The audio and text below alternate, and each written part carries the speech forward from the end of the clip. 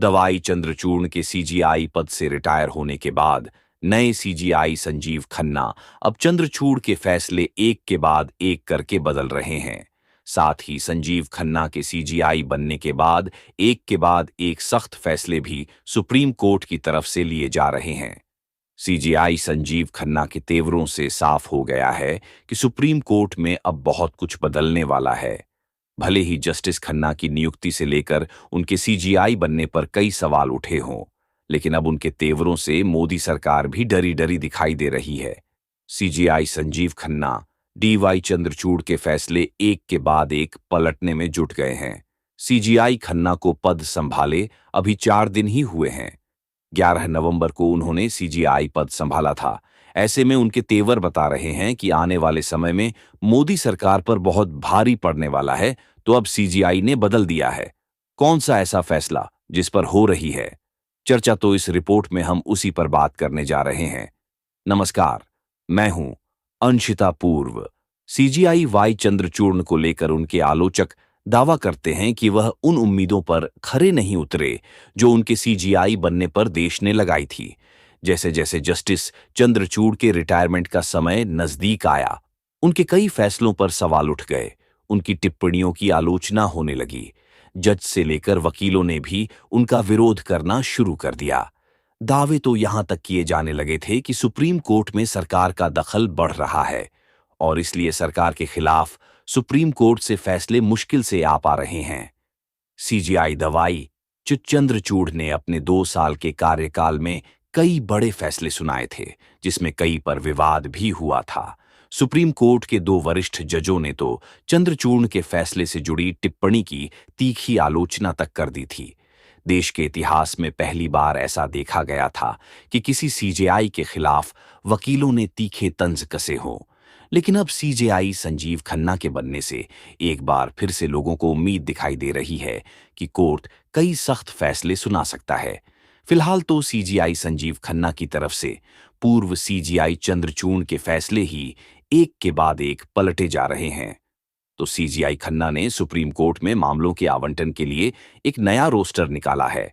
दरअसल पूर्व प्रधान न्यायाधीश यूयू ललित सभी पीठों को जनहित याचिकाएं आवंटित करते थे, लेकिन पूर्व प्रधान न्यायाधीश डीवाई चंद्रचूड़ ने इस प्रथा को बंद कर दिया था और अब नई सीजीआई संजीव खन्ना ने जैसे ही पदभार संभाला है, उन्होंने चंद्रचूड़ के फैसले को पलट दिया है और पुरानी जो प्रथा बंद की गई थी उसे फिर से चालू कर दिया गया है। इससे पहले सीजीआई खन्ना ने चंद्रचूड़ का एक और फैसला पलटा था, यानी 4 दिन में 2 बड़े बदलाव किए गए हैं सीजीआई संजीव खन्ना की तरफ से। और इसके साथ ही सीजीआई खन्ना ने यह साफ कर दिया है कि जो व्यवस्थाएं चंद्रचूड़ ने बनाई थीं, अब वह व्यवस्थाएं काम नहीं करेंगी। यानी जिस तरह से चंद्रचूड़ काम करते थे या करवाते थे, वह अब नहीं चलेगा। कोर्ट अब उनके तरीके से काम करेगा, यानी संजीव खन्ना के तरीके से काम करेगा। दरअसल जस्टिस चंद्रचूड़ जब सीजीआई थे तो सुबह उनके सामने कुछ वकील उपस्थित होकर कोई मामला उठाते थे, यानी वकील उनके सामने आते थे, उनसे मिलते थे और मामलों को उठा दिया जाता था और उसकी तत्काल सुनवाई की मांग भी कर दिया करते थे। सुप्रीम कोर्ट वकीलों की मांग पर विचार करता था और तुरंत ही फैसला ले लेता था। लेकिन सीजीआई संजीव खन्ना ने इस तरह से केस लिस्ट किए जाने के मामले को पलट दिया है। उन्होंने इससे इनकार कर दिया और उन्होंने कहा, नहीं, ऐसा नहीं चलेगा। दरअसल सुप्रीम कोर्ट पर ये आरोप लगाए जाने लगे थे कि उद्योगपतियों के मामले सुप्रीम कोर्ट में जल्दी लिस्ट हो जाते हैं क्योंकि उनकी तरफ से बड़े नामी वकीलों को हायर किया जाता है, जो सीजीआई के सामने पेश हो जाते हैं और पेश होकर केस की तुरंत सुनवाई की डिमांड कर देते हैं और सफल भी हो जाते हैं। लेकिन जस्टिस खन्ना ने साफ कर दिया है कि जो काम चंद्रचूड़ के समय हो रहा था, वो उनके कार्यकाल में नहीं होने देंगे। अब मामलों को तत्काल सूचीबद्ध करने और उन पर सुनवाई के लिए मौखिक उल्लेख करने की अनुमति इस तरह से नहीं दी जाएगी। सीजीआई ने वकीलों से साफ साफ कह दिया कि अगर उन्हें अपना केस दर्ज कराना है, पहले तो इसके लिए वह ईमेल करें या लिखित पत्र भेज सकते हैं और इसके बाद उस पर सब विचार किया जाएगा और फिर फैसला लिया जाएगा। इसे लेकर चीफ जस्टिस का बयान भी आया था। उन्होंने कहा कि अब कोई मौखिक उल्लेख नहीं होगा, केवल ईमेल या लिखित पक्ष या पत्र के जरिए ही तत्काल सुनवाई के लिए अनुरोध स्वीकार किया जाएगा। बस उस पत्राचार में वकीलों को तत्काल सुनवाई की आवश्यकता के कारण को भी बताना होगा कि आखिर वकील क्यों चाहते हैं कि इस मामले में जल्द से जल्द सुनवाई होनी चाहिए या तत्काल सुनवाई होनी चाहिए। तो आपको बता दें कि पूर्व सीजीआई डीवाई चंद्रचूड़ के कार्यकाल के दौरान मौखिक उल्लेख की परंपरा ने वकीलों को मौखिक रूप से तत्काल केस की लिस्टिंग का अनुरोध करने की अनुमति दे दी थी। वैसे इस व्यवस्था का कभी-कभी फायदा पुलिसिया कार्यवाही और विध्वंस के मामलों में राहत पाने के लिए भी किया जाता था, लेकिन ज्यादातर मामलों में यही देखा गया कि सुबह मौखिक दलीलों में जिसका भी केस लिस्ट हुआ वह किसी दिग्गज वकील के सहारे ही हुआ, जबकि एक आम आदमी की इतनी ताकत नहीं होती है कि वह दिग्गज वकीलों की फीस दे पाए। इसके बाद चंद्रचूड़ का अब एक और फैसला सीजीआई खन्ना की तरफ से बदला गया है। सुप्रीम कोर्ट की 16 आवंटन के लिए एक नया रोस्टर जारी हो गया है। इसके साथ ही यह फैसला लिया गया है कि सीजेआई और 2 वरिष्ठ कम जस्टिस की अध्यक्षता वाली पहली 3 अदालतें पत्र याचिकाओं और जनित याचिकाओं की सुनवाई करेंगी। प्रधान न्यायाधीश के आदेश के तहत नए मामलों के आवंटन के लिए रोस्टर को सुप्रीम कोर्ट के रजिस्ट्री ने अधिसूचित किया और यह 11 नवंबर से प्रभावी भी हो गया है। नागरिकों की तरफ से सुप्रीम कोर्ट को लिखे गए पत्रों से बनी नई याचिकाओं और नई जनहित याचिकाओं यानी कि पीआईएल की सुनवाई सीजीआई खन्ना और 2 वरिष्ठ कम न्यायाधीशों जस्टिस बीआर गवाई और जस्टिस सूर्यकांत की अध्यक्षता वाली पीठ करेंगी।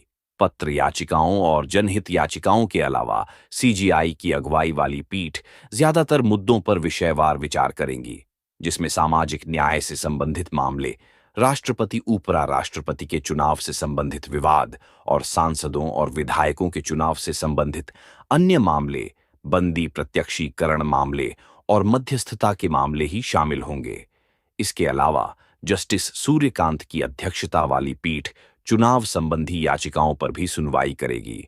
पूर्व सीजीआई यूयू ललित सभी पीठों को जनहित याचिकाएं आवंटित करते थे, लेकिन हाल ही में रिटायर हुए सीजीआई डीवाई चंद्रचूड़ ने इस प्रथा को पूरी तरह बंद कर दिया था।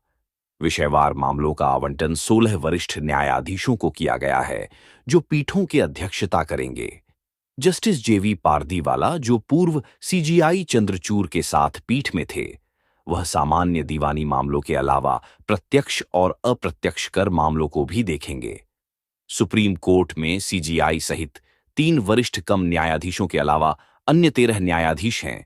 Justice Ashikesh Roy, justice as ओका, जस्टिस विक्रमनाथ, जस्टिस जेके माहेश्वरी, जस्टिस बीवी नागरत्ना, जस्टिस एमएम सुंदरेश अवारा, जस्टिस सुधांशु धूलिया, जस्टिस जेवी पारदीवाला, जस्टिस दीपांकर दत्ता और जस्टिस पंकज मिथिल शामिल हैं। आपको बता दें कि जस्टिस डीवाई चंद्रचूड़ 10 नवंबर 2024 को रिटायर हुए थे।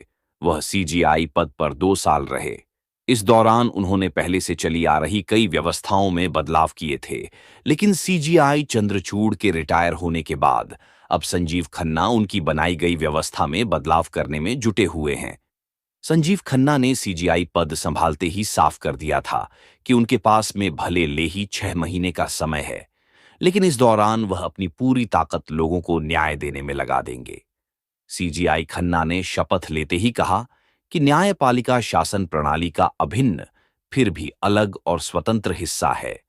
संविधान हमें संवैधानिक संरक्षक, मौलिक अधिकारों के रक्षक और न्याय के सेवा प्रदाता होने के महत्वपूर्ण कार्य को पूरा करने की जिम्मेदारी सौंप है।